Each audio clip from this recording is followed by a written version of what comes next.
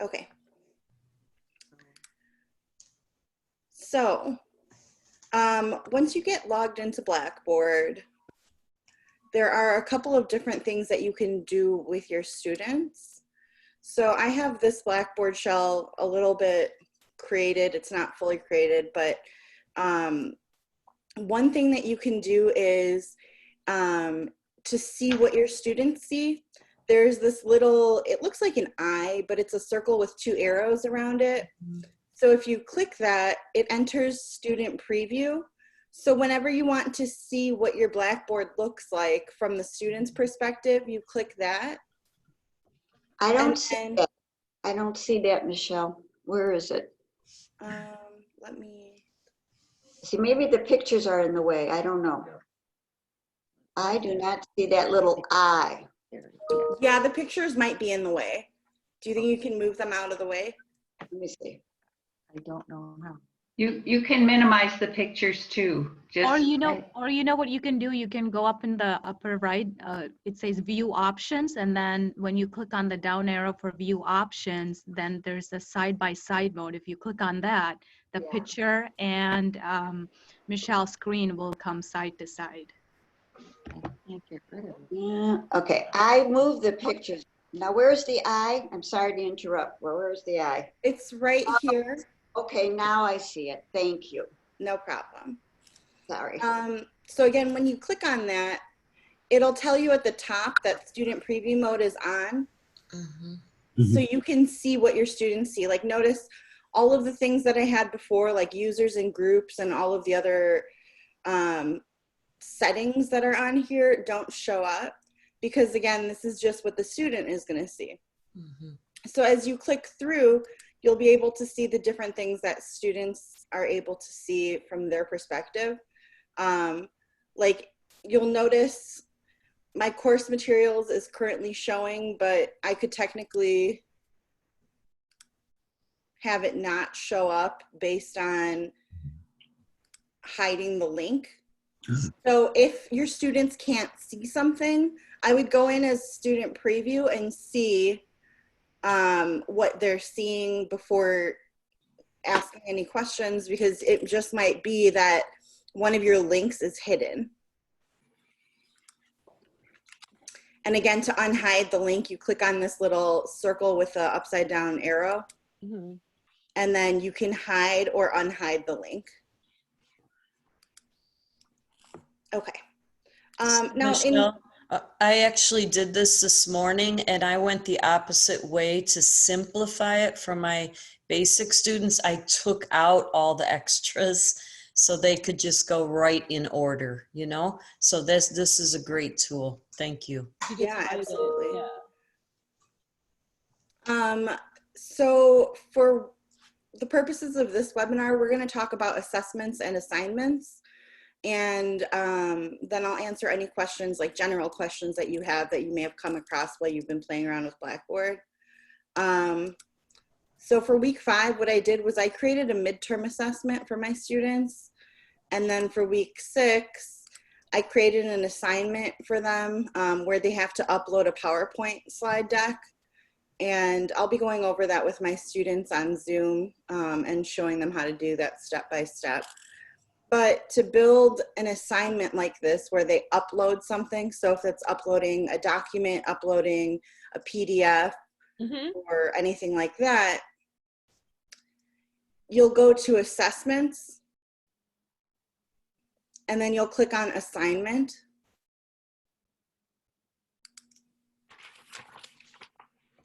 And then you'll name it whatever the assignment is. So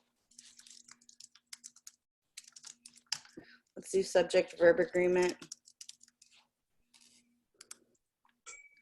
And then you'll type up your instructions in this box, in the text box here. So please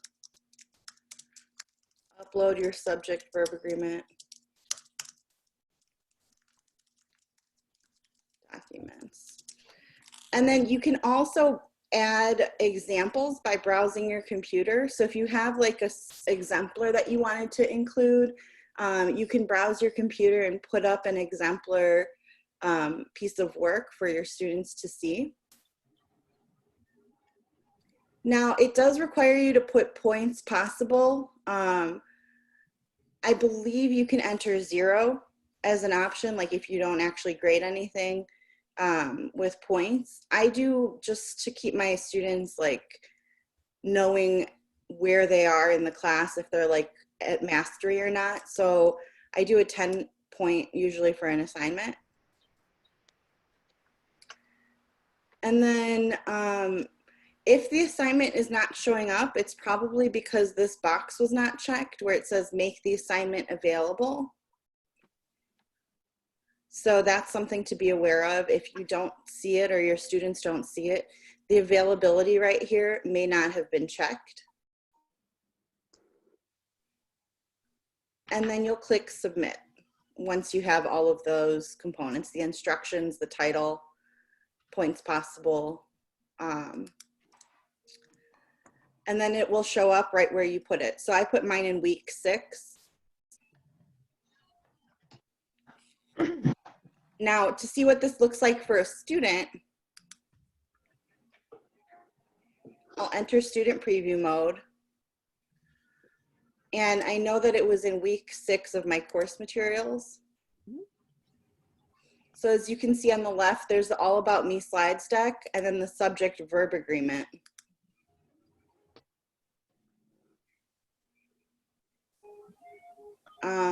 And then in order for students to input anything, they'll click browse their computer, just like you do when you browse for files. And if they saved it to their desktop or wherever they saved it, they'll submit the document there.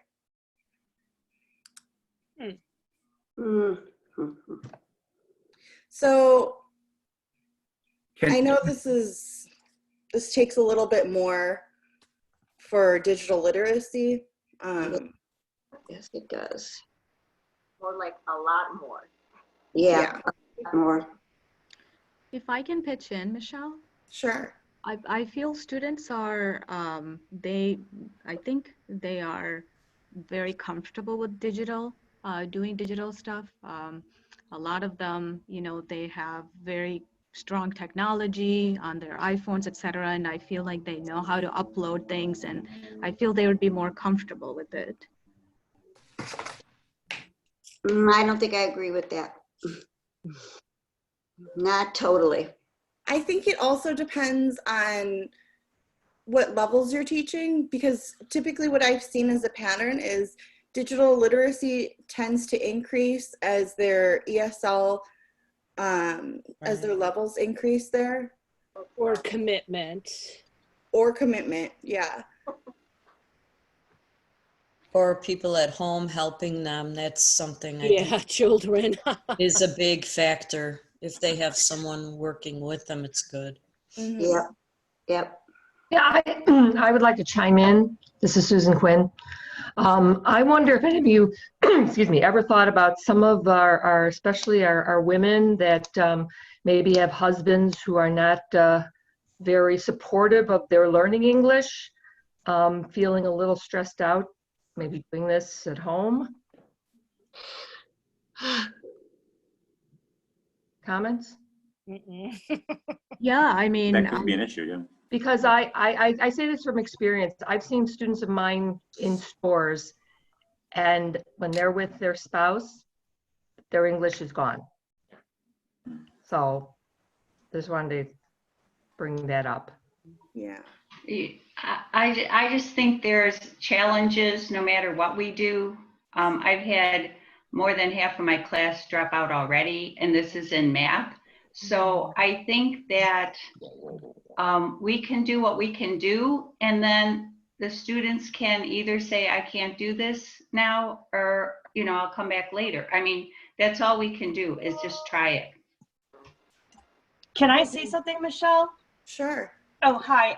It's Tony. I don't know how to take my profile picture off and do the video, but this is what I plan on doing.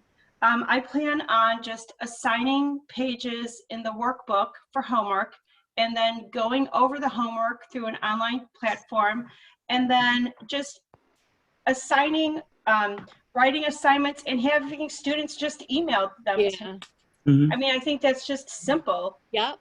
Yeah, I mean, absolutely. that's how I'm doing it. I'm not going to get into all this. I'm going to try to make this as technology friendly as I can for my students. And I will not be doing any of this, but I will be just putting down page numbers, you know, the homework that's due, assign homework on a Thursday, give them the weekend to work on it, review it in class on Tuesday, and then have students just email me just through my triton.edu email the written assignments. And I think that assignment part could just be made much easier. Maybe we considered doing that.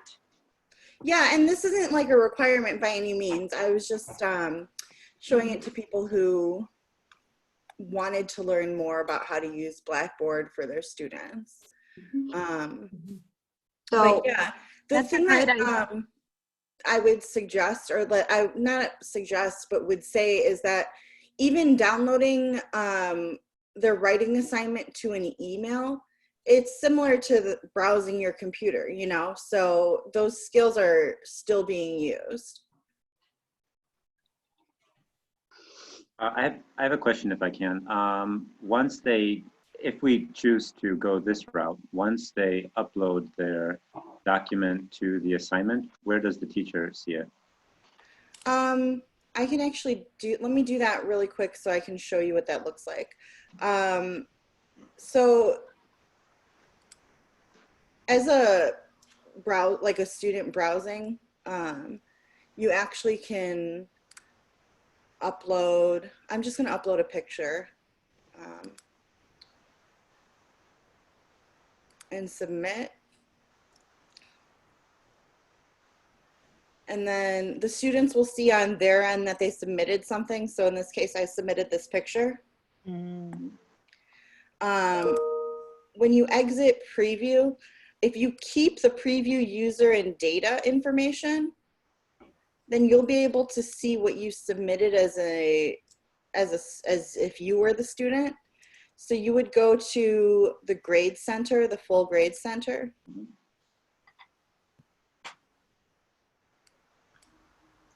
And then subject verb agreement shows Michelle Shelmo. Preview user has something in here.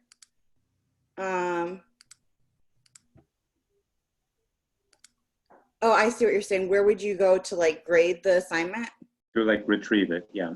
Okay, yeah. So you would go to course materials, week 6, subject verb agreement.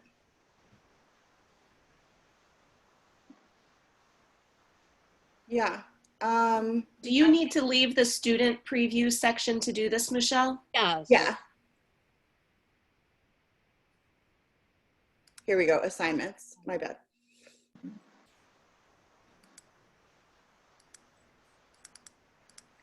I'm struggling right now. Maybe hit click on the down arrow, perhaps? Okay, I've got grade center. No. Or maybe that right there. There we go. Thank you. So this will give you the option to take a look at the attempt that they submitted, and then you can put in the grade as well as feedback to the learner.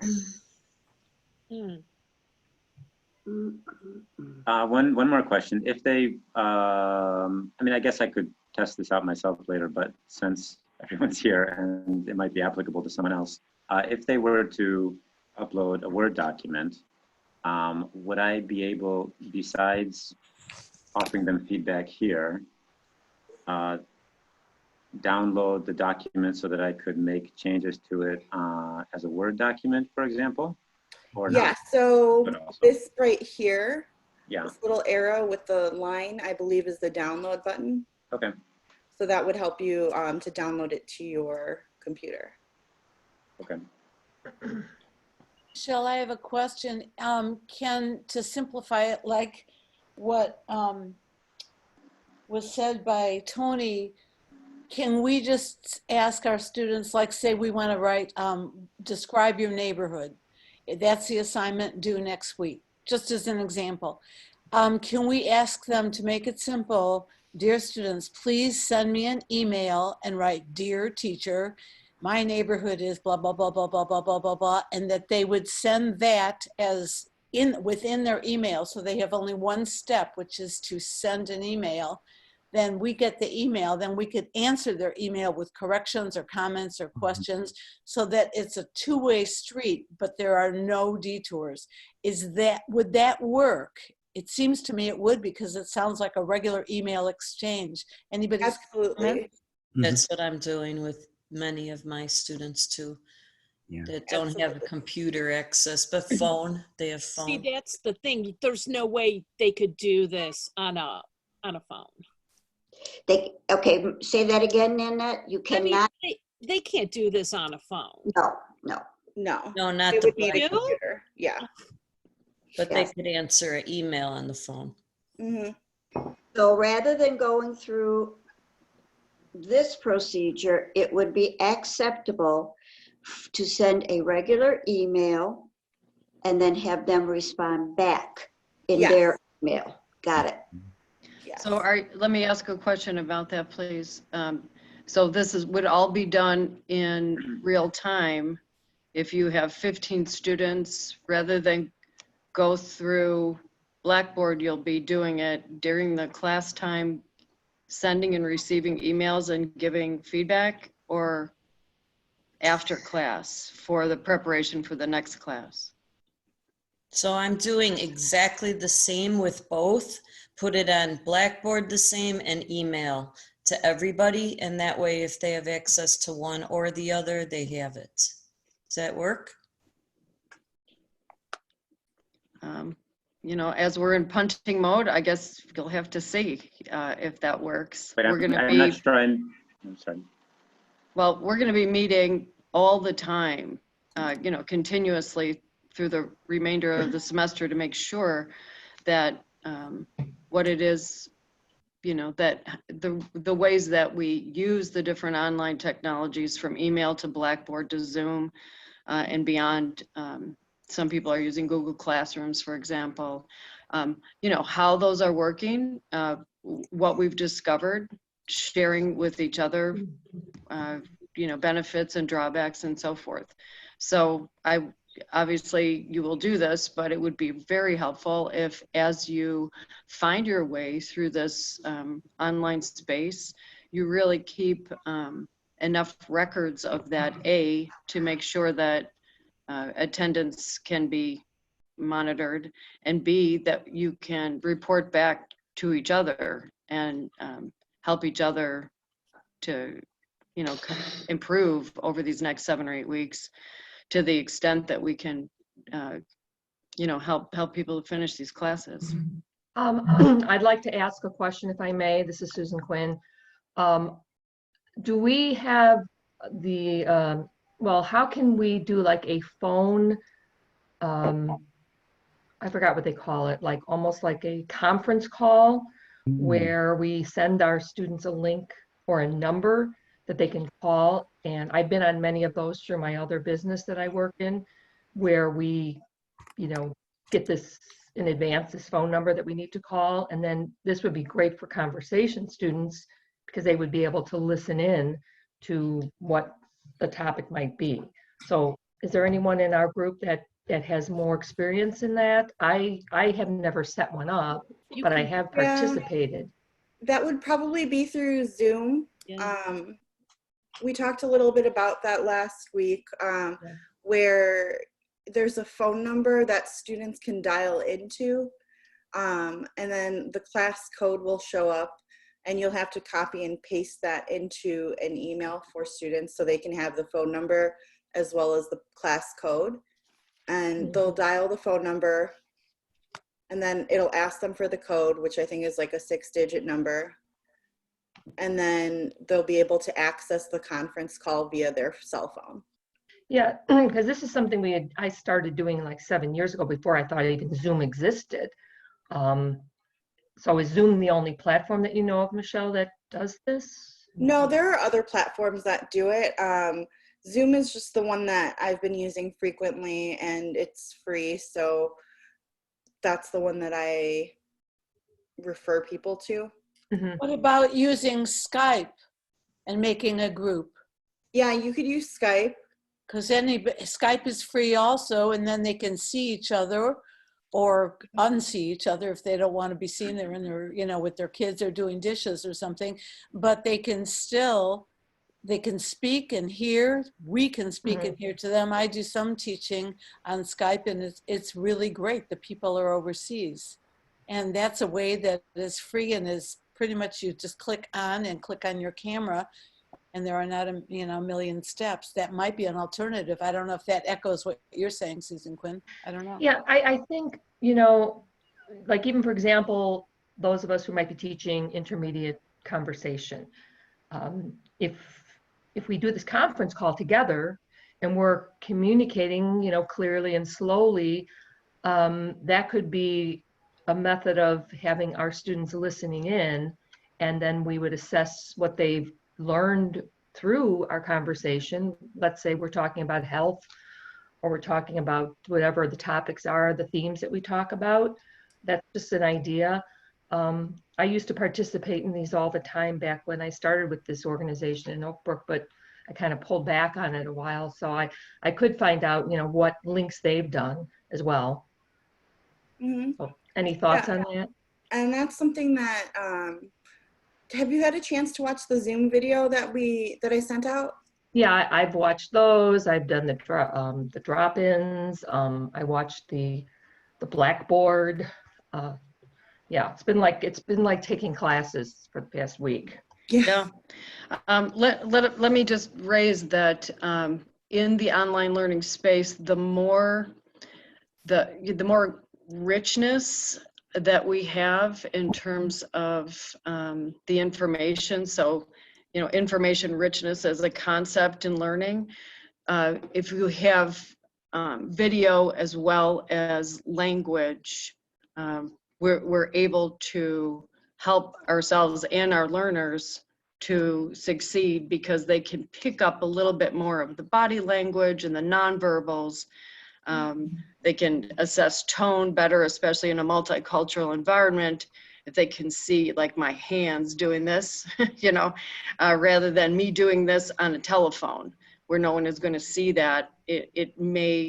This signals that I'm trying to figure out what I'm saying.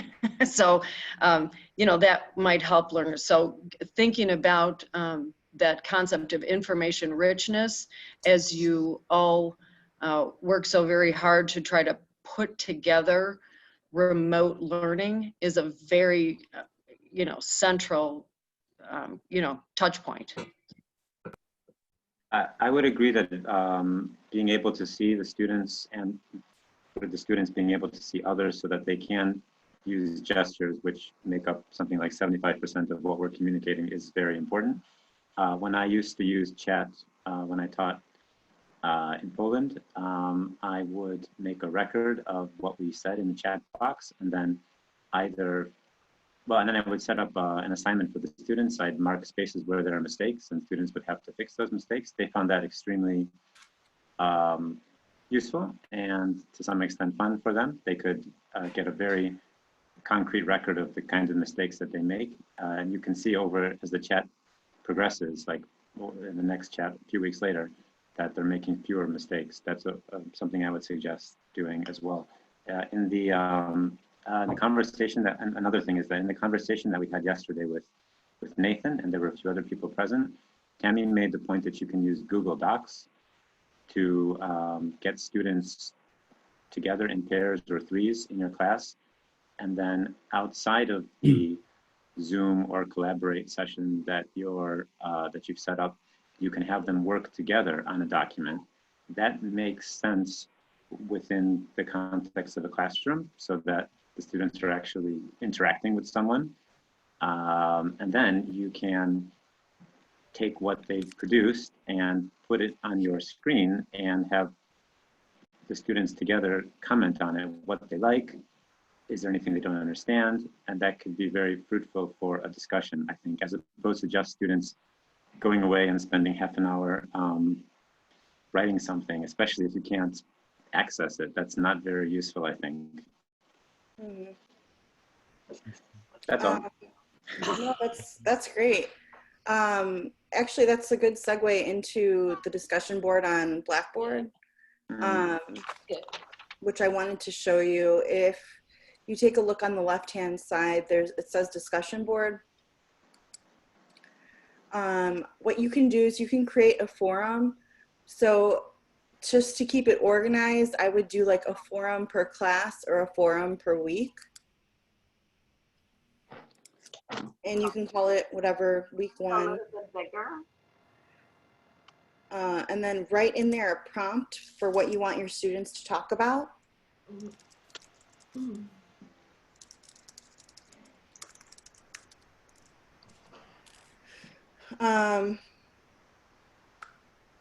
And then click submit.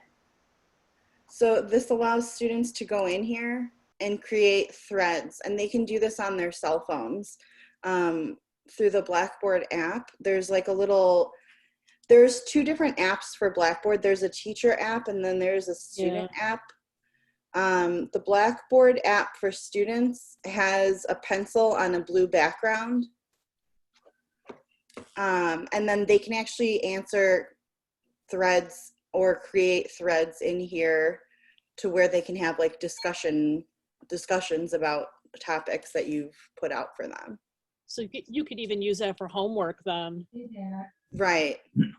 Right. Would you please give us an example? Click in, Michelle, to some teacher that's on the program on this training with us, and would you actually do it, UBU and whoever volunteers, so that we can see it? We're looking as a teacher, and then we could at least experience it, please. Sure, I can create a thread. Unfortunately, only the students in this class are able to respond. Yeah. So I can start here. I budget.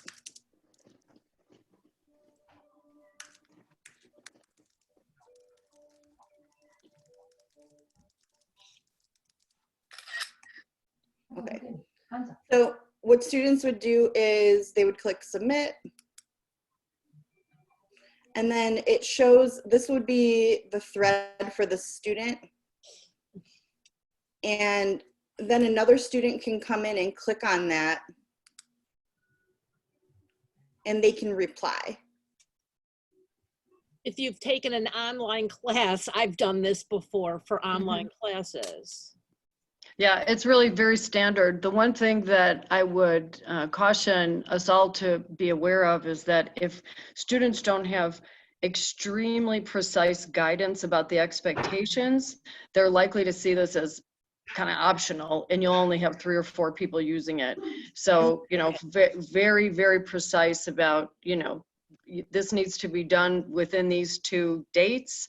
You should post and then reply to at least 2 other people in, you know, using at least 2 sentences each time or something. And then people, you know, that helps them, it gives them a structure in this. Yeah, and I think it's also really important with discussions to post guidelines on online etiquette and how students can interact with each other in discussions. And if there's a critique, it's a critique of ideas, but not people and so forth. Yes, yes. And that's called netiquette, and we'll send you something on that. Excellent. Yeah. Absolutely. Any questions on the discussion board or anything else that you'd like to see with the discussion board? Michelle, can I step in? Jordana? Sure.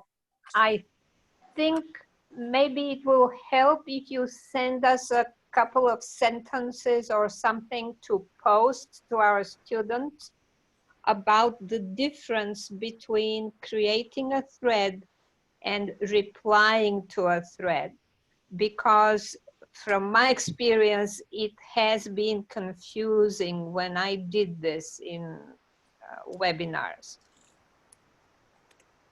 So have good, clear instructions to students when they have to create a thread, that is, start their own response, and where to click or what to do when they have to reply. Okay, yeah, I can come up with something for that. That's great. Thank you. It will help me.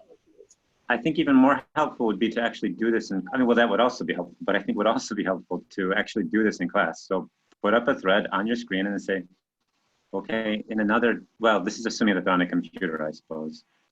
Although perhaps it's also possible on a phone. You just have them actually respond to it in real time in the class so that you're sure that everybody can do it. And they also, sorry, and they also feel confident in doing it because they can see it in front of them. And then if anybody does have a question, then it also gives the other students in the class a chance to respond, those who feel comfortable doing it. And there will be at least a few people who are, and it's an opportunity for them to speak using communication in a very real situation where there is some sort of information gap. Yeah, that kind of experiential knowledge is really going to help them. That's great. Yeah. I think that that's key to what we're doing with our online, with Blackboard in general, is modeling it through Zoom or Blackboard Collaborate, whatever it is you're using, to model whatever your expectations are for them. Like you're doing with us, we're going to simplify it more for them. Right. Michelle, this is Tammy. My suggestion, and this is what we did at the very beginning of the semester, was we introduced ourselves.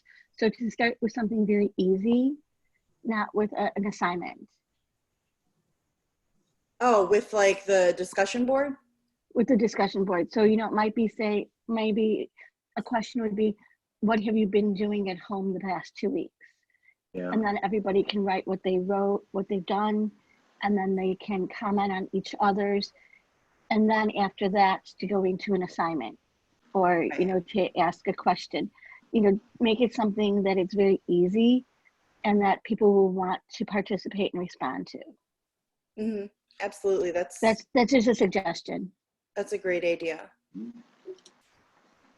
Plus, that would give students what we want to think of as an early win. So I would say give them several opportunities in this next week to have early, easy wins so that they say, oh, you know, that's not too bad. I did that. I got some good feedback. And then you can ramp up as you think necessary. And I think the way to accomplish that is to kind of do what we've been doing in class. Like we have our routines pretty much every week, and then maybe incorporate some of the discussions or some of the assessments, but to kind of keep it the way we've been going. Like what Tony said, you know, go through the pages of the book, give them the workbook, you know, kind of keep it going that way. To begin with, at least. Can students see each other if we do this? I'm not clear about that. Or will they just simply be looking at each other's idea in this discussion? I'm not clear on that. In the discussion, they'll just be seeing each other's ideas. They won't like actually be able to see each other. So well, let's say Felipe is saying blah, blah, blah. Jorge is responding blah, blah, blah. Anita questioned blah, blah, blah. We'll say the names. So yes. Someone can say, hey, Jorge, what about da, da, da? Yeah. Absolutely. Okay. So that'll be given. Thanks. Mm-hmm. And so I'm taking online classes. What my instructors have done in the past, which is really helpful, is like for the introduction or for any time that someone has a comment that they're creating in the thread, they just put their name as like the topic or the subject. So then they can go in and click on the name and see what Michelle actually wrote or what Felipe actually wrote and know that they've gone into Felipe's instead of having to check the author. What do you mean author? The teacher? Well, no, the author of the thread. So you see how on my thread here, it says author Michelle Shalmo? Is that because you're the teacher? No, that's because I'm the person that wrote the thread. Like I'm the person that wrote this little post that says I budget $200 every 2 weeks for food. Okay, thanks. Mm-hmm. Where is the initial thread you started, Michelle? So like the forum. Oh, there it is. Week 1. Is that the forum? Yeah. So then you can have a forum for each week or a forum for each class, however you want to set it up. How did you get into the forum? You clicked on discussion board? So I clicked on discussion board. Nothing was here. And as an instructor, you have to create a forum for your students. Yeah. And then when you click on week 1, it shows the threads, right? It shows the different threads, right? Like if other people wrote in here, there would be multiple lines with multiple authors. Yep. So the question I have is not regarding thread, but some users in Blackboard, they don't have their personal email attached to Blackboard under users. Instead, they have a Triton EDU email. And a lot of students in adult education, they don't know that they don't know anything about their triton.edu email account. How can we change Blackboard users so that they have their personal email on Blackboard and not their triton.edu email? This is a issue that I've been having for a couple semesters now. So if our students initially, when they sign up to be students with adult education, don't put down an email address, then sometimes it will auto-populate a Triton email for them. But because our students are part of adult education, they don't actually have access to a Triton email. The department, I don't know what the reasoning is behind it, but they just don't have Triton emails that they can access. And that has, in this current scenario that we're all living through, that has become a business continuity issue for adult ed. And the dean has been aware of this for the whole time she's been on board and has had pushback consistently from the college, apparently, saying that the cost benefit was not in our favor. Now that's going to change because we have so much trouble, getting to our students. They don't know they have Triton emails. Most of them don't have. They have to make a special request to get one. Most of them don't do that. So I think in the future, when we actually do go online in a systematic way, and even if we're not online, our students should have Triton emails. It'll be one of the lessons learned after we get on the other side of this. I agree with you, Corinne. This is Susan Quinn. I just assumed when I saw Triton emails that a teacher prior to me had the wherewithal to make sure that they had a Triton email. Then I learned as I was going through webinar how to email all of my students through webinar. And Bill Justice actually coached me through that. I found that some of my students' emails had we thought it was an L and it was really a 1. That's why I always tried to fight for our writing down the students' email addresses and confirming it rather than our students when they fill out the application form or the intake form, they do it because you could think that that's a 1 and it's really a 7.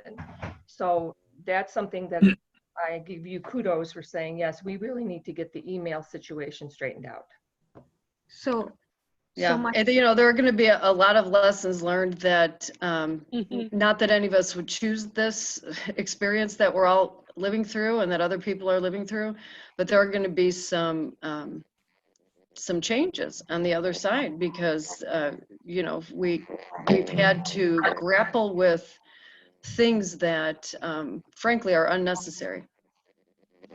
So my question to both Corinne and Michelle, then, I understand they don't have a Triton email account. So then what do we do for those students that are in Blackboard and they have a triton.edu account and not a personal email account? How do we reach those students? I don't think we can. So this is what I'm going to do because I'm teaching 3 classes and I have a similar situation where in Blackboard, their email addresses aren't necessarily correct or active.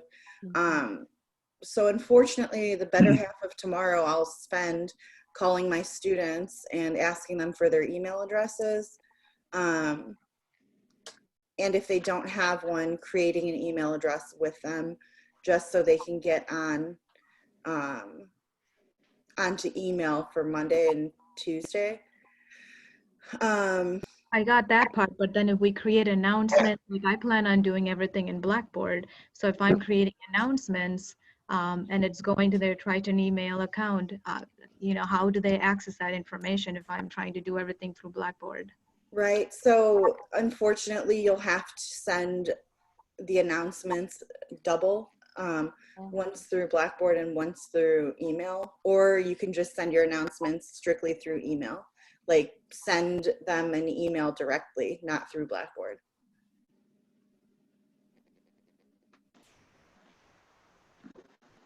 Then you can just input the emails into Outlook once you have them, and then you can just send a mass email to all the students every time you want to say something important. You can use Blackboard to like record what you do each lesson so that the students have it in one place, because to record what you do in each lesson as an email would get kind of confusing because they would have emails all over the place.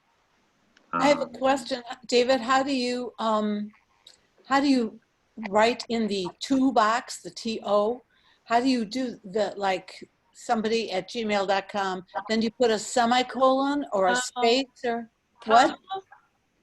Well, you could either create an account for the students so that they know to go to the one place. So you could create like a Gmail account. What I just do is I have their email addresses because I got them on the first day. And if I have anything important to say, then I just send it to all of them. It's not that many, it's 17 students. So I just have, I just do one click once I put all the emails in. So I don't have to keep on writing all of the emails. David, it's a comma. Is that what somebody said? I couldn't hear. Yes. Oh, sorry.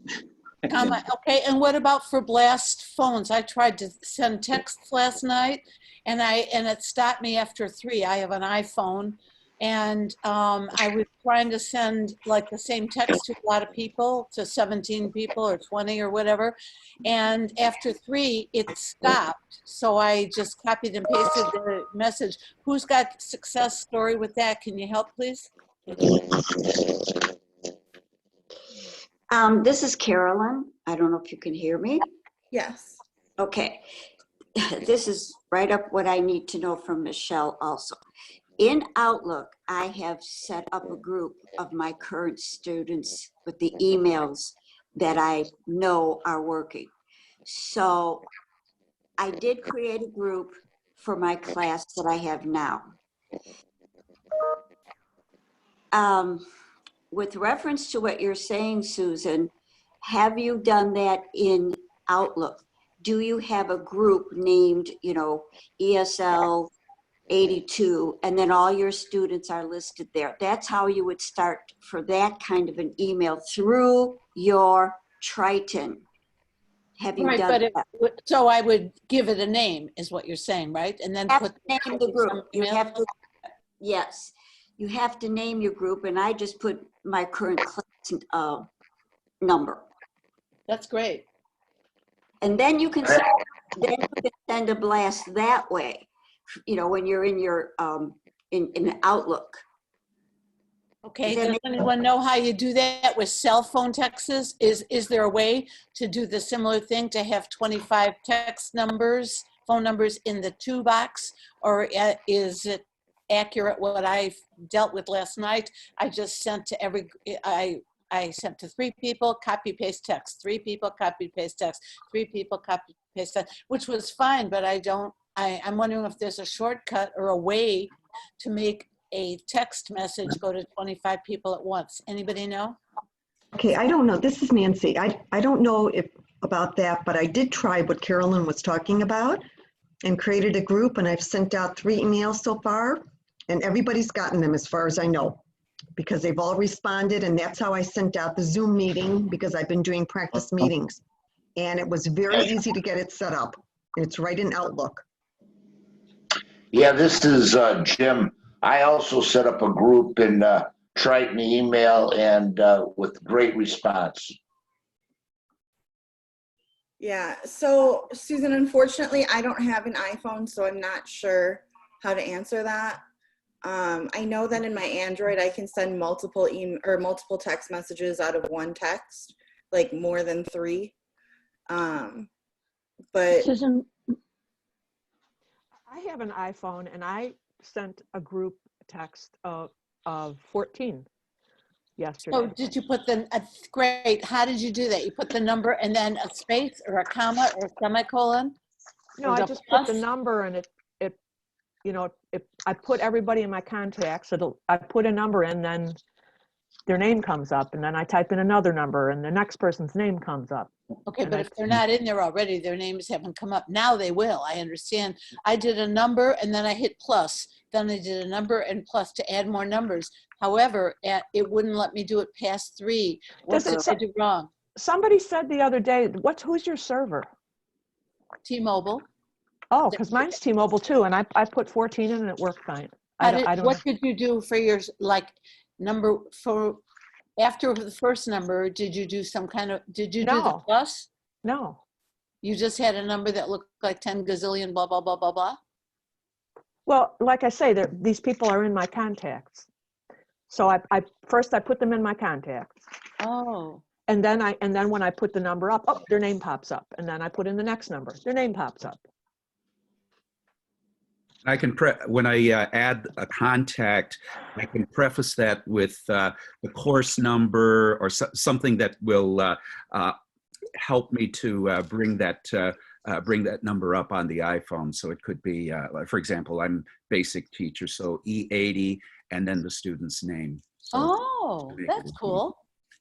Okay. Sorry, just for the sake of time, I'd like to move on to the last part of this. Okay. So the last part would be assessments, and there's a couple of things with assessments. One is students can take them on their phone as long as they have the Blackboard app.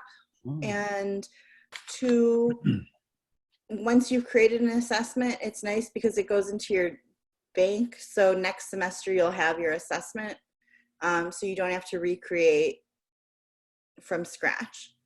So what I did was, under assessments, I went to test. And when I went to test, it asked me to create a new test. So I clicked create.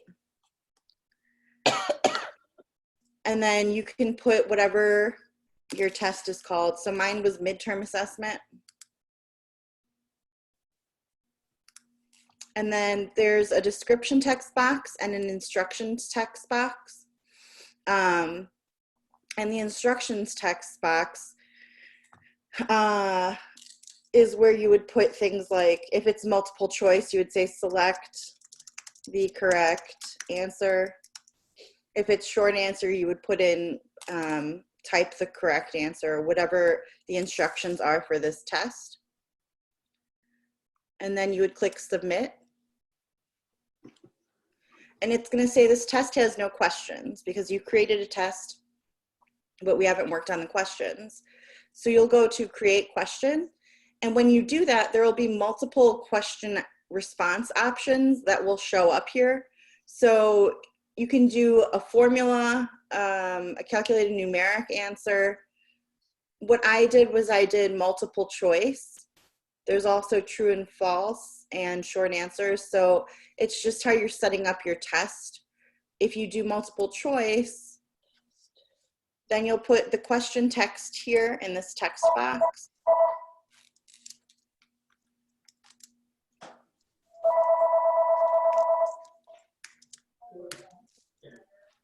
Hello.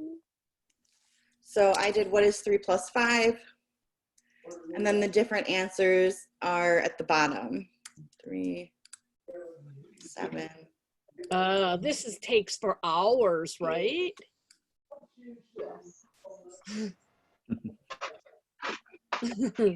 I've done this. I did some fill in the blank and copied from a handout that I had before, and it really, once I got used to putting it in, it didn't really take. I would say I copied a 10-question one in about 15 minutes. Yeah, I think 10 questions would be good for a quiz, maybe. Yeah. So you have to do this individually. Yes. Yes, with a Correct. question, and then you have to do the answer, and then question, answer, correct? Correct. Okay. And then you select the correct answer here where there's these like little circles. So 3 plus 5 is 8. So I selected answer 3 by clicking on the little circle and it turns blue. And How then does when you the hit, student get this and how do they get us their answers? okay, so let me, can you ask the question one more time, Susan? How does a student receive this that you're creating, the 10 question thing? Like in a class, we would pass that out. So what is the equivalent in online? How do they get this quiz? And then how do they submit it back to us? And then how do we submit their grade back? So what's the back and forth, please? Sure.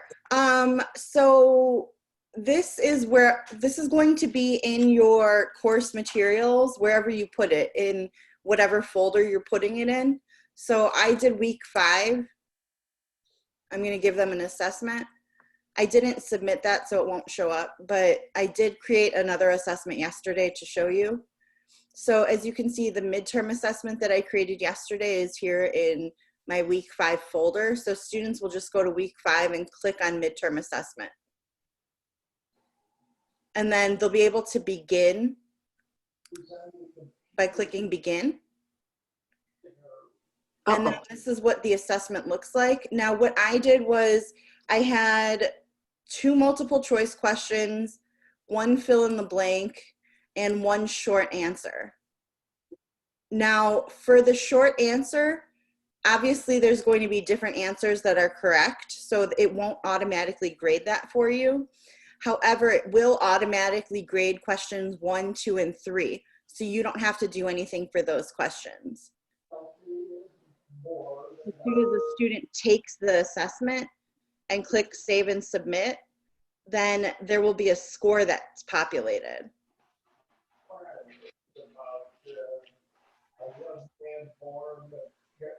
So someone had said this takes a while, but on the bright side, like Susan McCartney was saying that hers only took like 10 minutes to do 10 questions. You don't have to go through and do the grading if you're doing multiple choice or short answer or fill in the blank. So there, it also saves you time there. And sorry, do you access the open-ended question by going to grades, or where do you get it? This one, yeah, so you'll go to Grade Center where it says needs grading. Okay.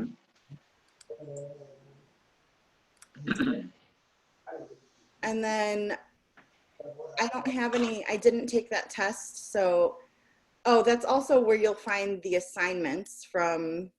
It's another location that you can find the assignments for grading for assignments. But it would show up here, it would say category, assessment, it would say the name, it would say who attempted it, and then when you want to grade it, you'll click on the name of the person. But it doesn't show here because you didn't link it up somehow, or? Yeah, or so I can take that test really quick if you want to see what that looks like. Because you didn't take it yet. Right. Got it. Here, I'll do that really quick. 5, midterm assessment, begin, mouse, CPU, F, J.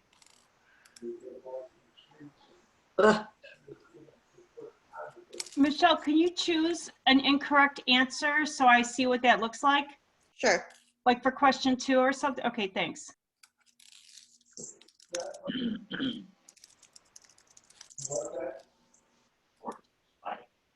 Okay, and then they'll get, are you ready to submit? They'll click OK. And then I'll exit this so you can see what it looks like as a teacher now. So you'll go to needs grading in the Grade Center, and the midterm assessment shows up here for Michelle. So when we click that, it will show here that they got it correct on the left-hand side. Oh, on the right-hand side, it'll say how many points they got out of 10. If it's incorrect, it'll show that it's incorrect and show the correct answer. and it'll show they got 0 points out of 10. And then for fill in the blank, oh, I made a mistake. I should have just put the letters F and J in the answer key. So you can actually change this score by typing in 10. And the same thing for question 4, because it was an essay. They put, you can use Microsoft for anything great. You can type in, that's a mediocre answer, so I'll give myself 5. And then save and exit. So now that's off of my list of things that need to be graded. And I have a question. Does Blackboard calculate the total grade for you over time? Yes, it does. Doesn't that grade show up in the full grade center, Michelle? This, Yeah. So if I were to go back as a student, if I click on my grades, it'll show up here they got 25 out of 40. But on the teacher side, don't you see it in the, do you see it in the full grade center? Yes.